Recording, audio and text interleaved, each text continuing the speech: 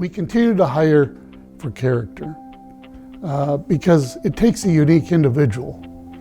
I want somebody that at 3 o'clock in the morning, driving on a major highway, a deputy sheriff who comes across my car with my young 16-year-old daughter who's scared to death, who I can trust, who when my home is burglarized, I know that law enforcement officer can enter that house and I'll have no question of their integrity or credibility.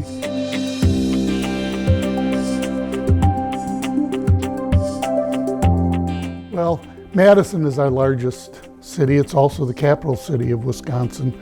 Our county population is about 570,000, and it's a mix between 9 cities and a rural, even farming, agricultural community. But it's also the home base of the University of Wisconsin-Madison, which is a large Big Ten university.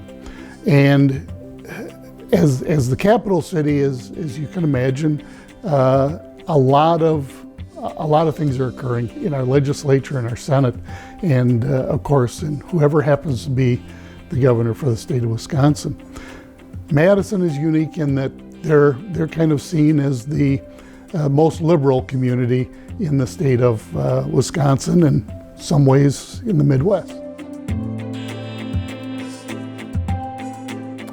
You know, what keeps me up at night is not the quality or professionalism or the character of the men and women of my organization. I'm very proud of the men and women who wear the uniform of the Dane County Sheriff's Office.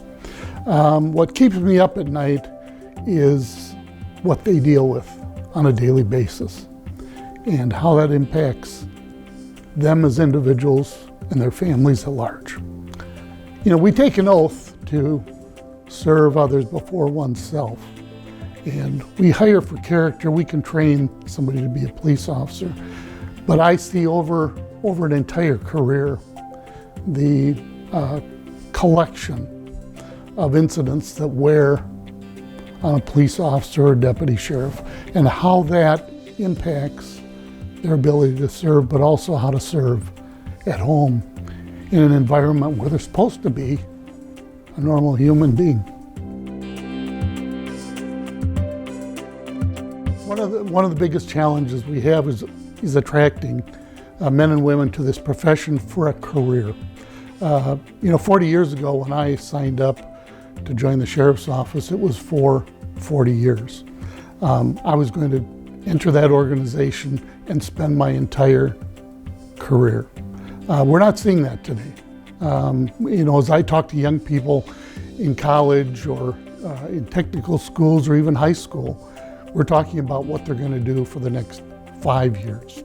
And so one of the challenges I have is to talk about our organization and talk about where they're going to be in 5 years, but where they're going to be in 10, 15, 20, and hopefully 30 years.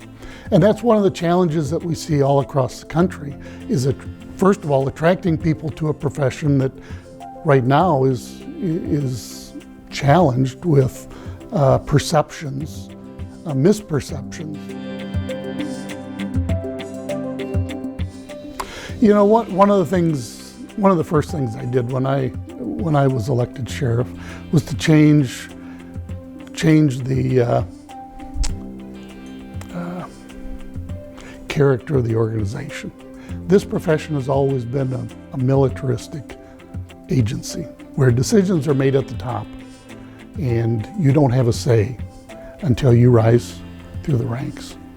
But in fact, I have always believed that I hire for character. I train a law enforcement officer with the best our country has to train in leadership, and I give them all the tools they need, all the tools on their belt, if you will, all the tools in their mind and to carry out the job of being a law enforcement officer, to serve others before oneself. One of the things I tried to do was to make decisions at the lowest level. I've hired them for character, so I know they're going to make the right decision. I have an expectation and a trust that they'll make the right decision.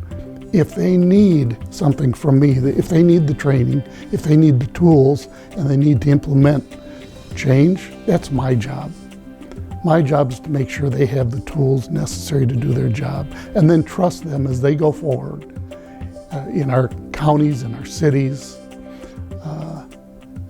to make the right decision, to uphold the law the way they've been trained, and not to be micromanaged or dictated by a 3-ring binder full of rules.